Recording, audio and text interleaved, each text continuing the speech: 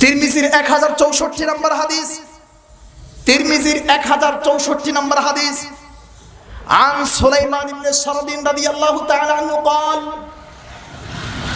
সুলাইমান ইবনে সারাদ রাদিয়াল্লাহু তাআলা আনহু বলেন, قال رسول الله صلى الله عليه وسلم, রাসূল সাল্লাল্লাহু আলাইহি ওয়াসাল্লাম বলেছেন, মান কাতালাহু বাতনুহু, যেই ব্যক্তিকে তার পেট মেরে ফেলেছে, যেই ব্যক্তি পেটের রোগে আক্রান্ত হয়ে মারা গিয়েছে, গ্যাস্ট্রিক আলসার, পেট ব্যথা, পেটের যেই কোনো রোগে যেই ব্যক্তি মারা গিয়েছে, লাম ইউআযাব ফি কবরিহি, তার কবরের আযাব মাফ, তার কবরের আযাব মাফ, তার কবরের আযাব মাফ।